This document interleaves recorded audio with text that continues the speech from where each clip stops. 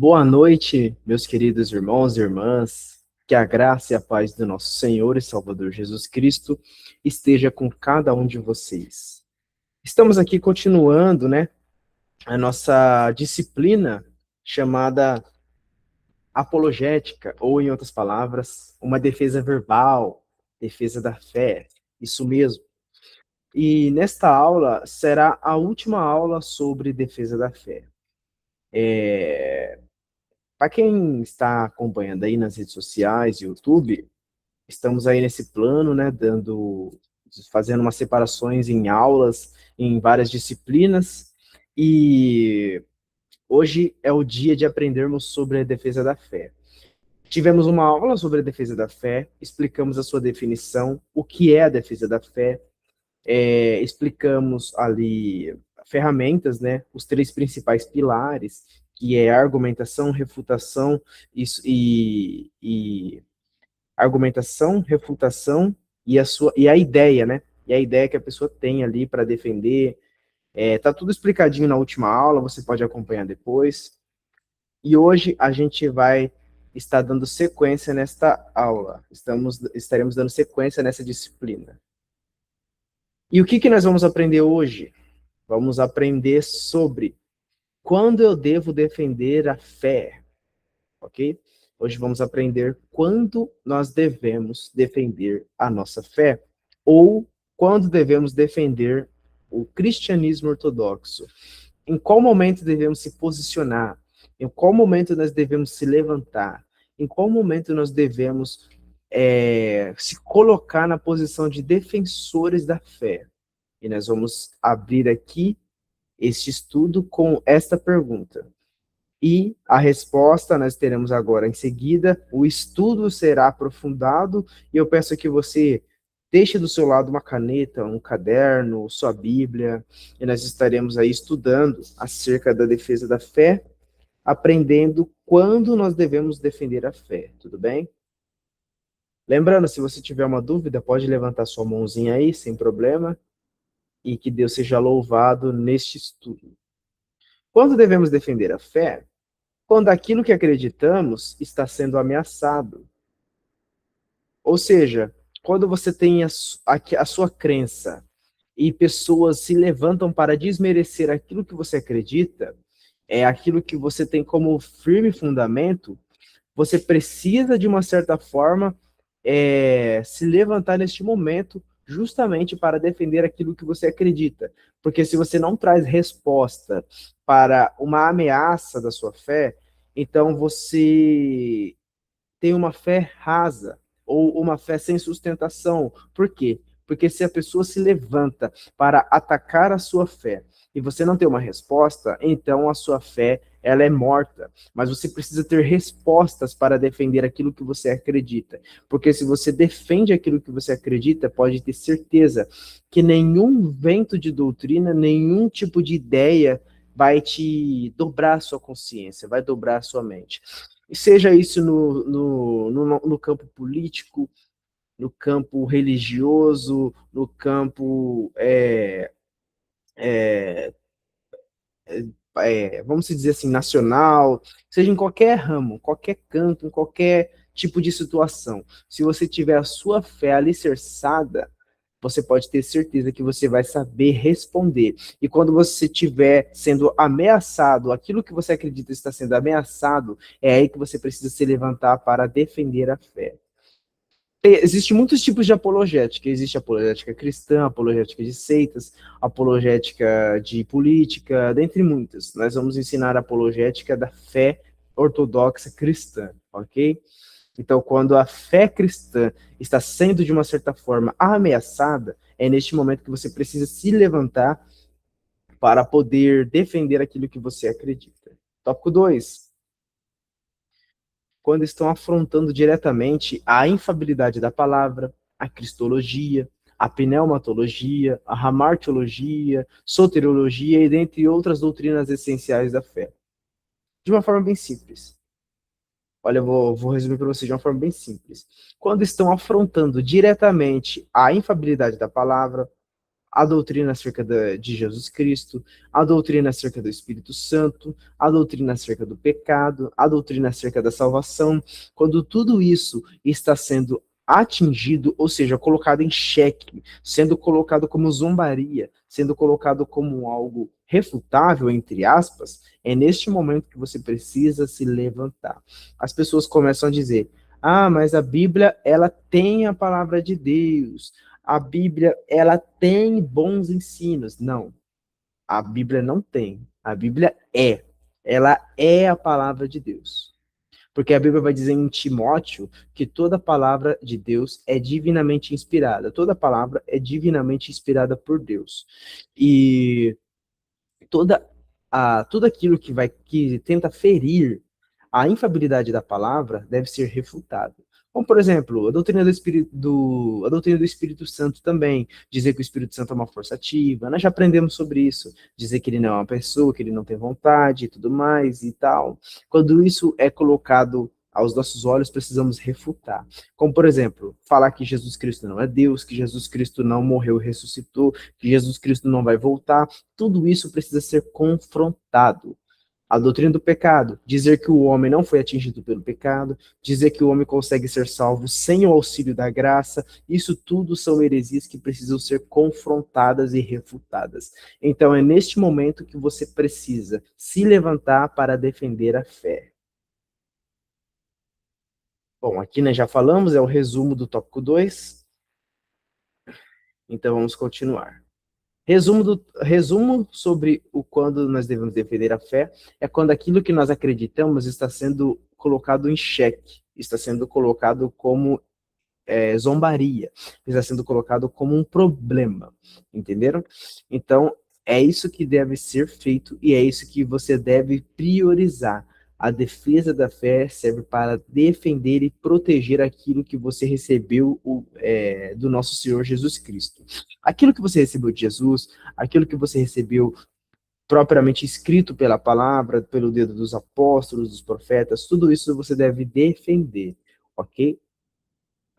Uma coisa que muitas pessoas perguntam, né, é o seguinte: é pecado defender a fé? Ou vamos colocar em um sentido mais simples: é pecado debater? Debater é pecado? E a resposta mais simples e objetiva é não. Por que não?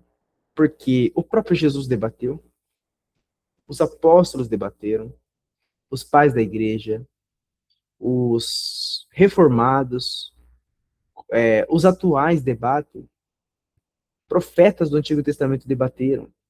Muitas pessoas debateram defendendo a fé. Então, não. Primeiramente, não é pecado.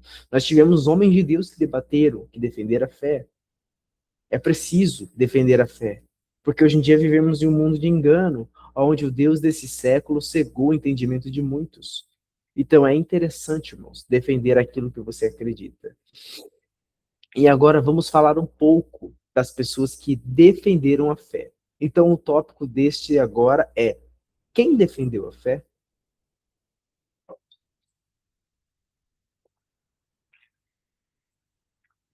O tópico agora que nós vamos aprender é: quem defendeu a fé? Deixa eu ver o que tem mais aqui. Ok. Esse estudo vai ser um pouco mais curto, tá, meus irmãos? Mas de grande importância. Vocês estão conseguindo entender antes de nós continuarmos? Estou indo muito rápido, tá legal. Amém, glória a Deus. Lembra que depois tem provinha, pessoal. Vamos lá. Quem defendeu a fé? Como eu disse, primeiramente, vamos falar da maior referência que temos no cristianismo, que é o próprio Cristo, o próprio Jesus Cristo.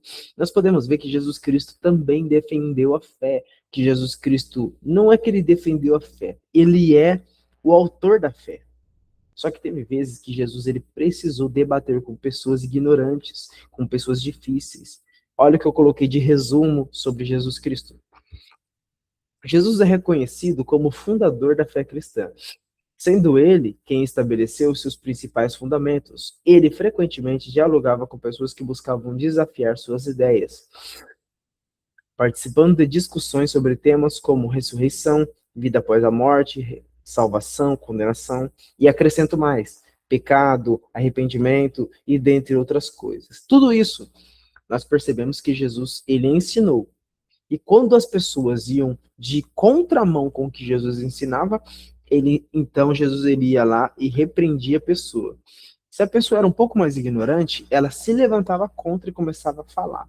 Então começava um debate de Jesus com as pessoas, Jesus com escribas, Jesus com fariseus, Jesus com a própria multidão e dentre outras vezes. Jesus debateu diversas vezes. E um dos debates mais fortes está em João capítulo de número 6. E eu vou estar lendo com vocês João capítulo de número 6.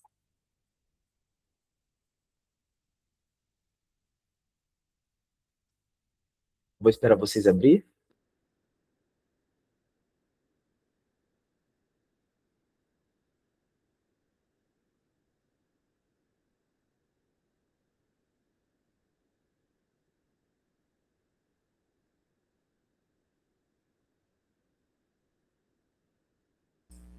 João capítulo de número 6.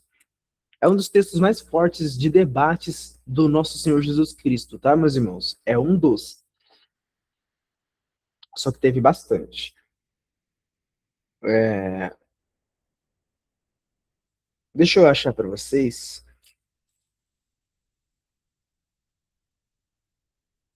Deixa eu achar para vocês a partir do momento que começa esse debate.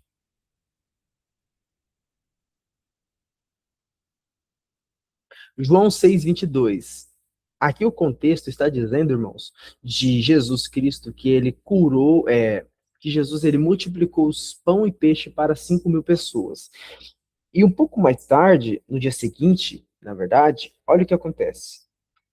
No dia seguinte, a multidão que ficara do outro lado do mar notou que ali não havia senão um pequeno barco e que Jesus não embarcara nele com seus discípulos, tendo estes partido sós. Entretanto, outros barquinhos chegaram de Tiberíades, perto do lugar onde compraram o pão, tendo o Senhor dado graça. Quando, pois, viu a multidão que Jesus não estava ali e nem seus discípulos, tomaram os barcos e partiram para Cafarnaum à sua procura. E tendo-o encontrado no outro lado do mar, lhes perguntaram: Mestre, quando chegastes aqui? Respondeu-lhe Jesus: em verdade vos digo, vós me procurais não porque vistes sinais, mas porque comestes do pão e vos farteis. Então, de primeiro, o que aquelas pessoas estavam querendo? Aproximar-se de Jesus não para ver milagres, não para ver ensinos e nem outras coisas, mas unicamente porque um dia anterior, eles comeram o pão que Jesus multiplicou, eles comeram o peixe e queriam de novo. Então, quando eles sentiram fome, eles achavam que Jesus era padaria e foi até Jesus Cristo para repetir a dose, mas nunca para ouvir uma palavra. Então, a gente consegue ver a partir daqui o debate dos séculos. A gente começa a ver Jesus ensinando sobre a questão de que os pais deles comeram pão do deserto e morreram, e dentre outras coisas e tal. Olha só. Continuando. Trabalhai não pela comida que perece, mas pelo que subside para a vida eterna, ao qual o Filho do Homem vos dará, porque Deus, o Pai, o confirmou com o seu selo. Dirigiram-se, pois, a ele, perguntando: Que faremos para realizar as obras de Deus? Respondeu-lhe Jesus: A obra de Deus é esta, que criais naquele que foi enviado por ele. Então lhe disseram: Qual sinal fazes para que vejamos e criamos em ti? Quais os teus feitos? Nossos pais comeram o maná no deserto, como está escrito, ó, deu-lhes o pão para comer do céu. Então, irmãos, ó, aqui já começa uma citação bíblica. Eles já vão fazer uma referência lá em Êxodo capítulo 16, quando começa a chover o maná do céu. Então, a multidão começa citando um texto. A multidão começa citando um texto. Então, olha a resposta seguinte do versículo 32. Replicou-lhes Jesus: em verdade vos digo, não foi Moisés que vos deu o pão do céu. O verdadeiro pão do céu é meu Pai quem vos dá. porque o pão de Deus é o que desce do céu e dá vida ao mundo. Então lhe disseram: Senhor, dá-nos sempre deste pão. Declarou-lhes, pois, Jesus: Eu sou o pão da vida. E quem vê a mim jamais terá fome, e o que crê em mim jamais terá sede. Porém, eu já vos disse que, embora me tenhais visto, não credes. Todo aquele que o Pai me dá, esse virá a mim, e o que vem a mim, de modo nenhum lançarei fora. Versículo 46. De fato, a vontade de meu Pai é que todo homem que vira o Filho e nele crer tenha vida eterna, e eu ressuscitarei no último dia.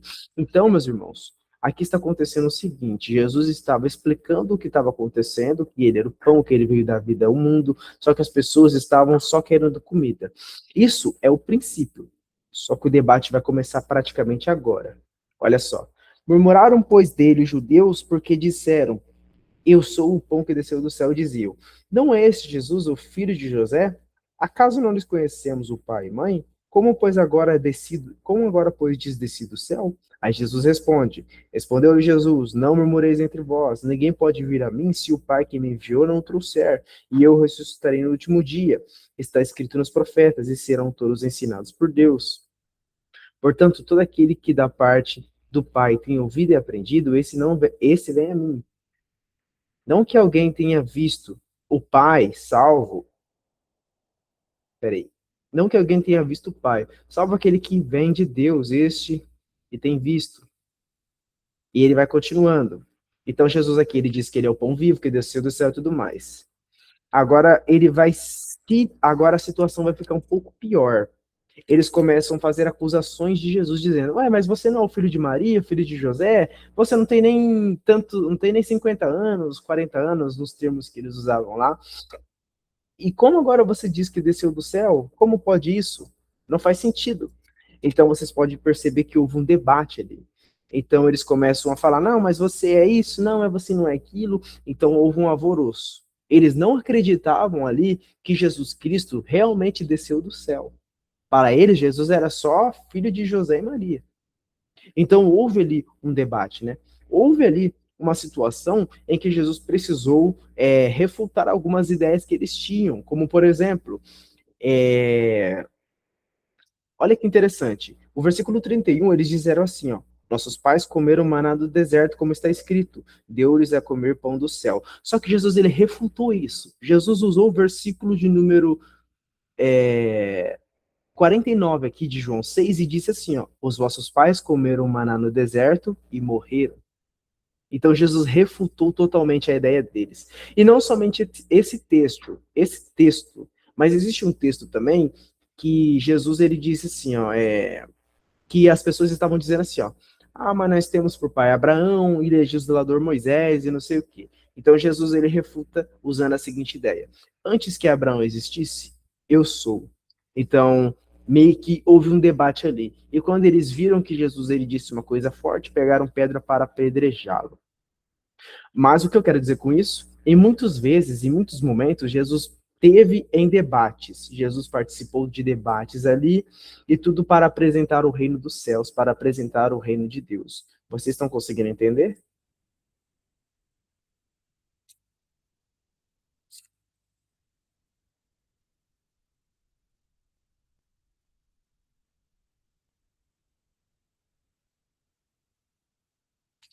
Ok. Então, irmãos, muitas das vezes Jesus esteve presente em debates, mas não só Jesus, os seus discípulos também estiveram em debates, como por exemplo o apóstolo João. O apóstolo João também defendeu a fé contra muitas seitas. A sua primeira carta, primeira de João, foi escrita para combater hereges do primeiro século. Por exemplo, se você pegar as cartas de João, vai acontecer muitas coisas incríveis aqui acerca de debates. João ele escreve uma carta, a sua primeira carta, e essa primeira carta servia para combater muitas seitas e muitos hereges daquele tempo, né? Então, muitas pessoas diziam que Jesus ele era uma criatura, diziam que Jesus ele não era Deus e tudo mais. Então, essa carta de João, ele escreveu justamente para refutar essas ideias maquiavélicas e pensamentos horrorosos. Olha como, por exemplo, 1 de João, capítulo 5, versículo de número 20, vai dizer o seguinte: Também sabemos que o Filho de Deus é vindo e nos tem dado entendimento para reconhecermos o verdadeiro. E estamos no verdadeiro, em seu Filho Jesus Cristo. Esse é o verdadeiro Deus e a vida eterna. Então, muitos diziam que Jesus, ele não era Deus, que Jesus era uma criatura, mas o próprio João, ele responde dizendo, não, verdadeiramente, Jesus, ele é Deus. Jesus é o Filho de Deus. Muitos falaram que Jesus Cristo era Muitos falaram que Jesus Cristo ele só tinha um espírito e não tinha um corpo e tal. Então João escreve: todo aquele que confessa que Jesus Cristo veio em carne, esse é de Deus. Então, todo aquele que não confessa que Jesus Cristo não veio em carne, então, todo aquele que confessa que Jesus Cristo não veio em carne, esse não é de Deus, é o espírito do anticristo que já habita desde o início. Mas ele diz: aquele que confessa que Jesus Cristo veio em carne, esse é de Deus. Então, irmãos, toda a carta de João, todas as explicações de João, é justamente para combater heresias e seitas daquele tempo, ok? E também o apóstolo Paulo. Vemos também o apóstolo Paulo, que escreveu muitas de suas cartas para combater heresias, como, por exemplo, a igreja de Colossenses. Vamos abrir Colossenses comigo, irmãos. Eu vou te explicar algumas ideias ali que o apóstolo Paulo teve que enfrentar. Vamos continuar.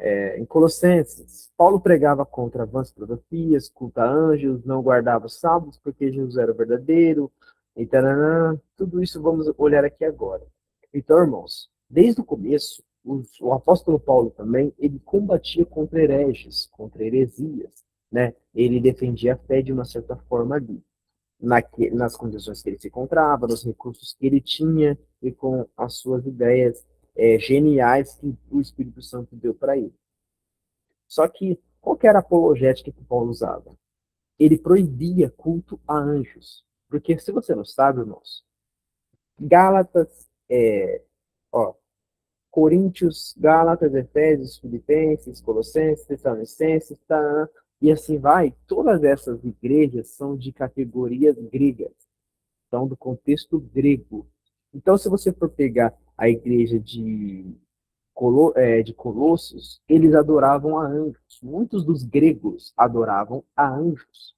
Porque naquele tempo, se vocês não sabem, para os gregos, assim como hoje, né, um termo mais pagão assim, você pode perceber que eles têm muitos deuses, eles têm muitas figuras de deuses, como por exemplo, Zeus, Poseidon, Hades, eles têm como referência também Hermes, Atenas, é, Ares, dentre muitos. Eles têm como referência deuses, só que nós sabemos que não existem, são demônios que atuam na mente das pessoas. Mas para eles, os gregos, existiam muitos deuses, e cada deus deveria ser adorado, homenageá-los, trazer as suas oferendas, seu culto ali, né? Mas só que também naquele contexto também se aplicava a anjos. Então aqui Paulo, no capítulo de número 2 de Colossenses, ele refuta a ideia de culto a anjos. Ele não aceita culto a anjos. Porque quando um homem foi adorar a um anjo, e um anjo mesmo, esse anjo disse: pare, não faça isso. Eu sou conservo teu. Adore somente a Deus. Esse anjo era fiel. Então ele disse para o apóstolo João no livro de Apocalipse 19: adora somente a Deus. Então não devemos fazer culto a anjos. Você quer a referência? Colossenses capítulo 2, versículo de número 18 diz assim: ó, ninguém se faça árbitro contra vós outros, pretextando humildade e culto dos anjos, baseando-se em visões, enfatuando sem motivo algum na sua mente carnal. Então a ideia de adorar a anjos é humana, mente carnal e sem nenhum motivo. Então Paulo refutava essa ideia. Paulo também refutava a ideia de que os cristãos deveriam guardar o sábado, porque para ele, como diz o versículo 16 e 17, O sábado é sombra das coisas que haveriam de vir. Ou seja, o sábado é sombra de Jesus Cristo. O sábado, ele é uma sombra que ele está revelando aquilo que é real. E aquilo que é real é o próprio Jesus. Então eu estava dizendo, você está na graça. Você entrou para a comunidade da fé cristã. Você não precisa guardar o sábado, porque o sábado ele se cumpriu em Jesus Cristo. Então você não guarda um dia da semana. Agora você guarda o seu descanso em uma pessoa. Então muitas pessoas não entendem isso. Porque o sábado para nós é guardarmos o nosso descanso em uma pessoa. E essa pessoa é Jesus Cristo. E não é guardar só um dia, é todos os dias. É ilimitado. Todos os dias precisamos guardar o nosso descanso em uma pessoa. E essa pessoa é Jesus. E ele também cita, no versículo 8, o seguinte: cuide de que ninguém venha vos enredar com vãs filosofias. Paulo também refutava as vãs filosofias, ou seja, filosofias que não tinham acrescentado em nada, que atrapalhavam mais do que ajudavam. E sabemos que isso existia muito na questão dos gregos, porque, como eu disse para vocês, existia a mitologia grega, existiam os mitos, os deuses, os heróis, os gladiadores, os lutadores, e cada um deles tinha suas filosofias. Então, meus irmãos, tudo isso Paulo teve que combater, tá bom? Vocês estão conseguindo entender?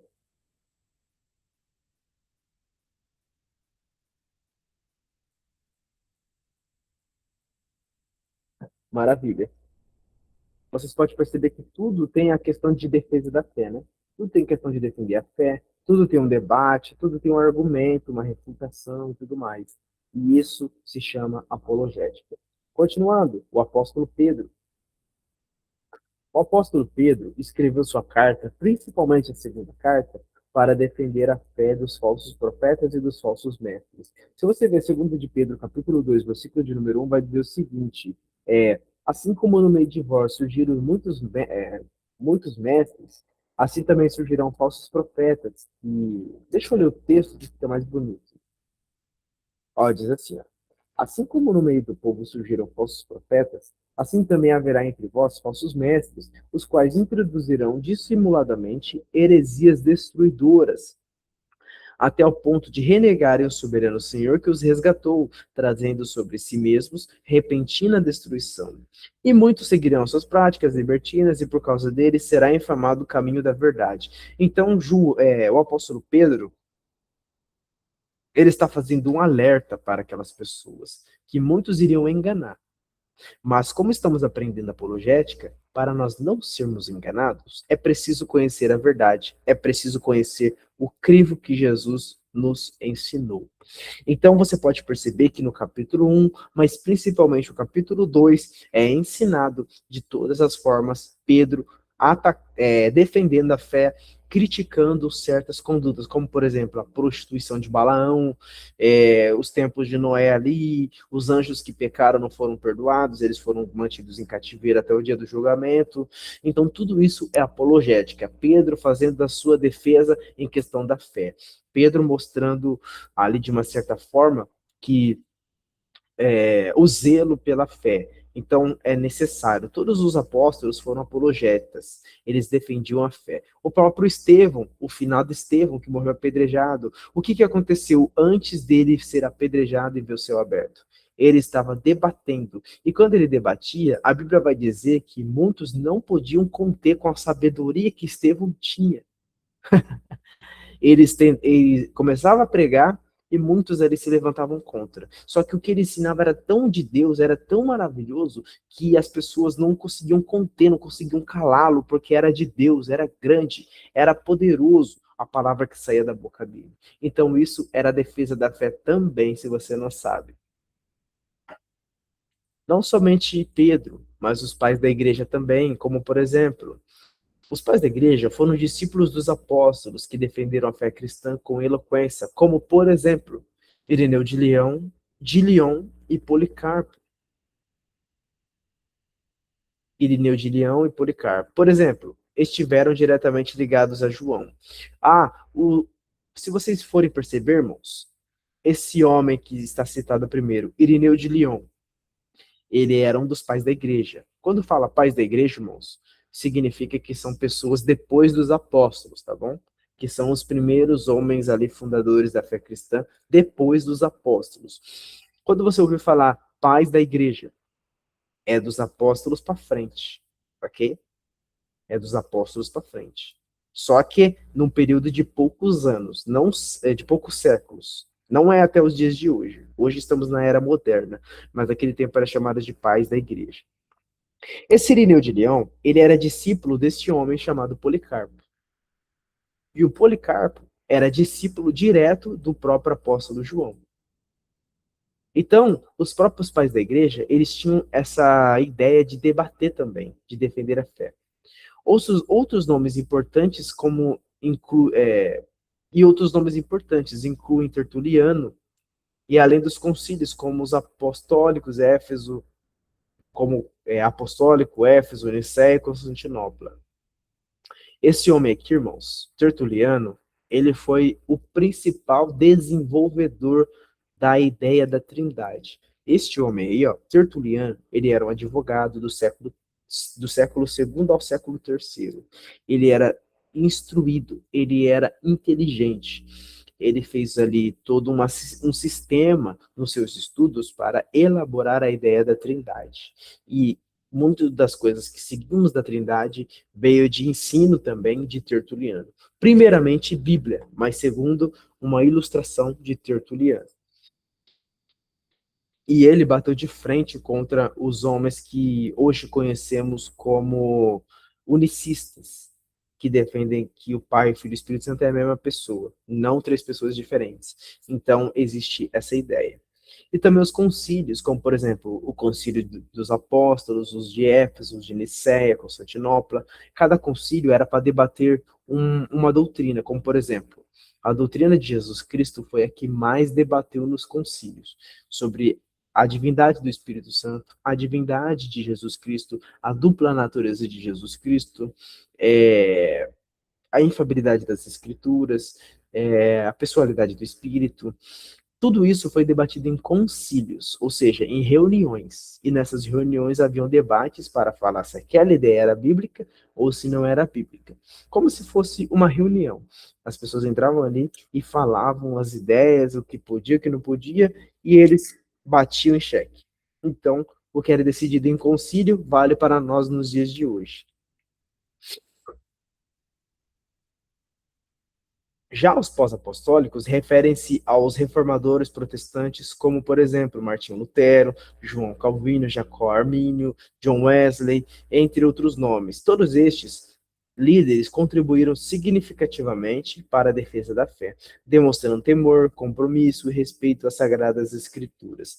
Então você pode perceber que não foi só o tempo dos apóstolos, não foi só o tempo de Jesus, não foi só o tempo dos pais da igreja que debateram, mas os pós-apostólicos, ou seja, depois dos apóstolos, depois dos pais da igreja, depois da igreja primitiva, se levantaram homens reformadores para debater e defender a fé.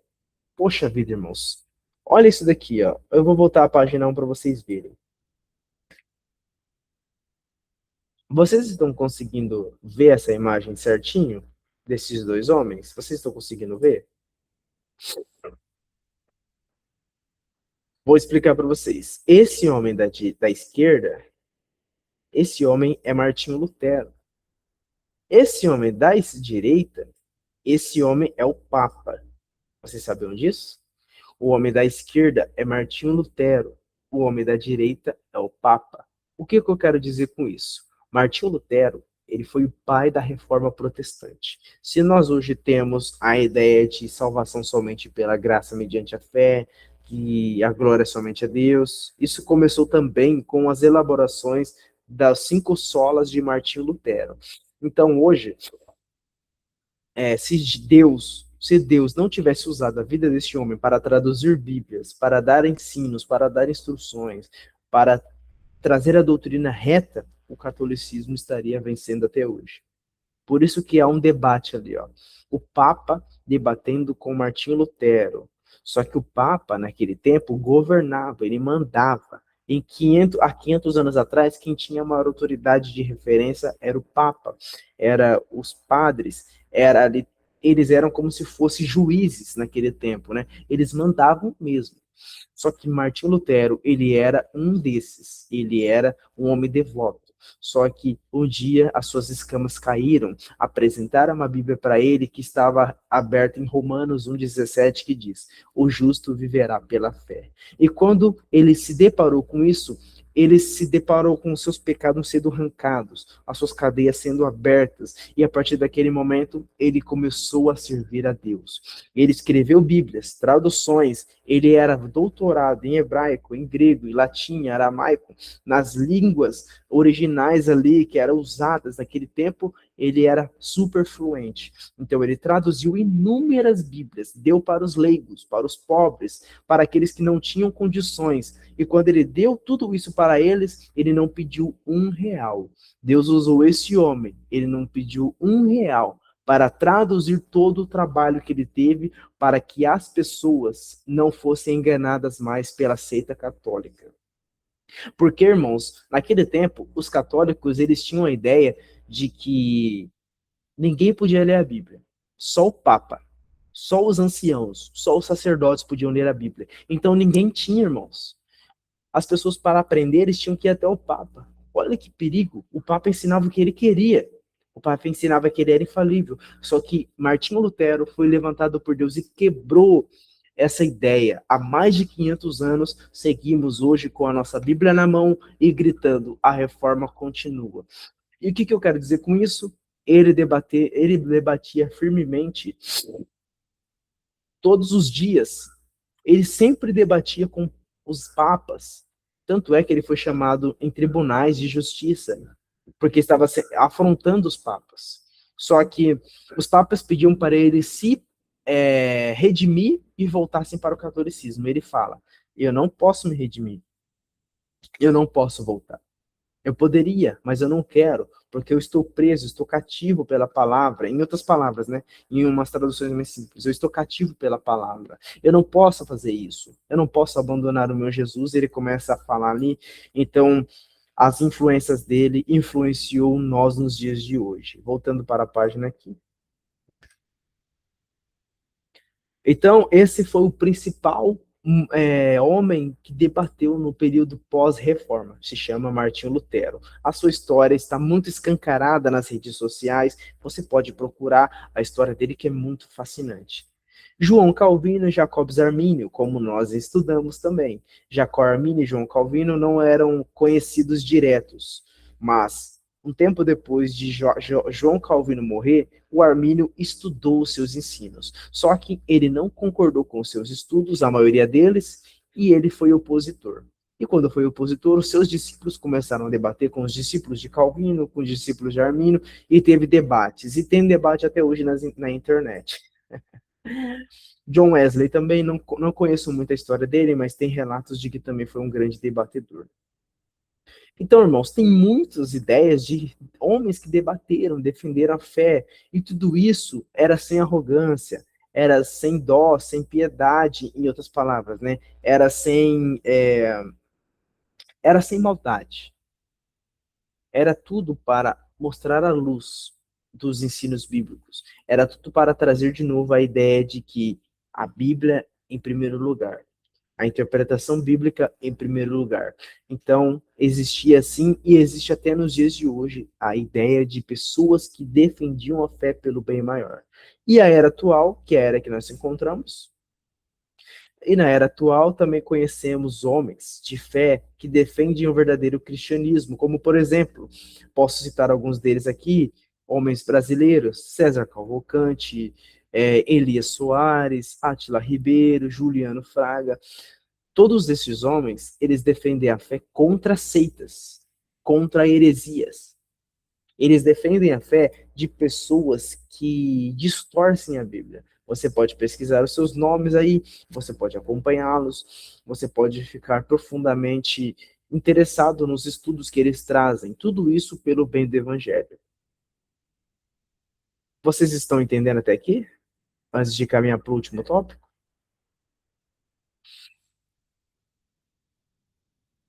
Maravilha. Então, o último tópico é: por que defender a fé? E para finalizar, vou explicar o porquê devemos defender a fé. Defender a fé ajuda a influenciar pessoas a saírem do engano, libertar os prisioneiros das vãs filosofias, libertar os corações cheios de demônios e trazer luz para os corações. A ordem lógica de trajetória. Tá, beleza, vou explicar isso aqui antes de ler o resto. Então, a defesa da fé nos ajuda muito a libertar corações da escravidão do pecado, a libertar pessoas do engano, a libertar pessoas de ideias equivocadas, humilhando a pessoa bendita da Trindade, humilhando as sagradas escrituras e dentre outras coisas. Então, é interessante lembrarmos de que a defesa da fé é importante para os dias de hoje. Mas como falamos na primeira aula, se você for defender a fé, busque conhecimento, busque sabedoria, busque temor, busque a presença de Deus, porque a qualquer momento uma pessoa pode chegar até você desmerecendo a sua fé. E você necessita dar uma resposta para essa pessoa. A ordem lógica da trajetória de Jesus era: primeiro, ele expulsava um demônio e depois ele discipulava aquela pessoa. Porque se fosse do contrário, então Jesus Cristo ele estaria discipulando demônios. Você já viu isso? A lógica é expulsar, primeiro, expulsar. Segundo, evangelizar. Primeiro, expulsar. Segundo, aconselhar, acolher. Entendeu? Se fosse ao contrário, seria acolher e depois expulsar. Ou talvez nem expulsaria. Se for o contrário, meio que nós estamos discipulando demônios.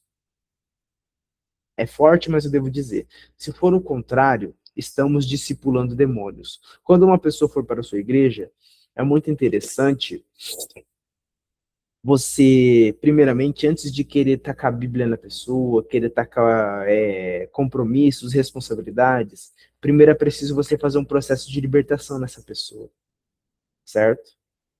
No nome de Jesus, o demônio sai. Com fé no nome de Jesus, o demônio sai. O nome de Jesus ele tem poder para expulsar demônios, então o demônio sai no nome de Jesus. É necessário uma libertação, porque se não orarmos por uma libertação, as nossas igrejas estão cheias de demônios. E muitos demônios estão aprendendo da palavra, mesmo eles já sabendo dela de ponta a ponta. Os demônios conhecem a palavra.